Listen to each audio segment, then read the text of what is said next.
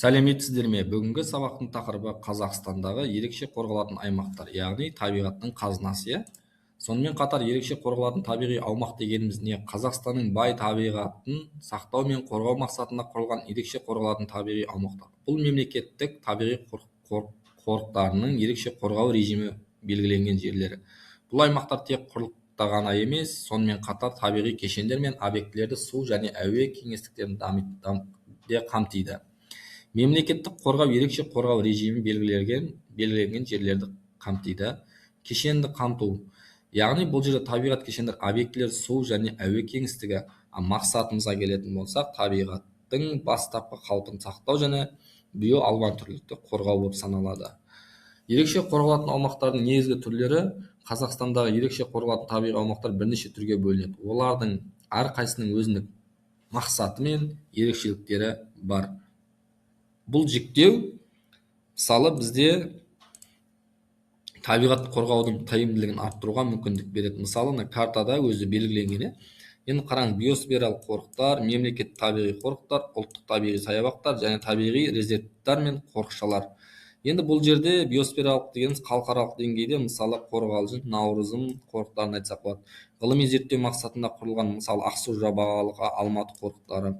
Ұлттық саябақтар, мысалы, Алтын Емел, Баянауыл және сирек кездесетін өсімдіктер, жануарлар қорғауға арналған бұл табиғи резерваттар мен қорықшаларды айтамыз.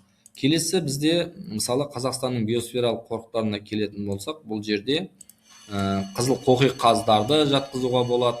Яғни Қазақстанның табиғи мұрасы, інжу, маржан, олар тек ұлттық қана емес, халықаралық деңгейде танылған қорықтардың аймақтары болып табылады.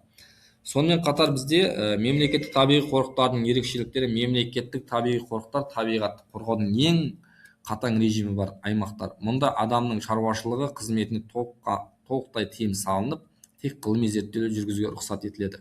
Тыйым салынған қызметтер: қорықта шаруашылық қызмет тыйым салынған, тек ғылыми зерттеулер ғана рұқсат беріледі. Мысалы, Ақсу-Жабағылы қорығы, мұнда сарыбауыр, аяқсыз кесертке, үнді жайырса сияқты сирек кездесетін түрлер қорғалады. Алматы қорығында ілбас, орақ тұмсық, ирбис, тянь-шань, қоңыр аю сияқты сирек кездесетін жануарлар мекендейді. Қорық Іле алатауының табиғи кешендерін сақтауға бағытталған.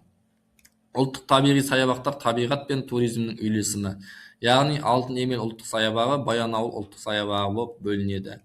Сонымен қатар бізде табиғи резерваттар, қорықшалар дегеніміз табиғи, яғни бұл жерде сирек кездесетін өсімдіктер мен жануарларды сақтауға бағытталған. Мысалы, Ақжайық резерваттар, Ертіс орманы және Семей орманы табиғи ерекшеліктер. Яғни Ақжайық Жайық өзенінің сағасында орналасқан сулы батпақты жерлерді, құстарды қорғауға, Ертісте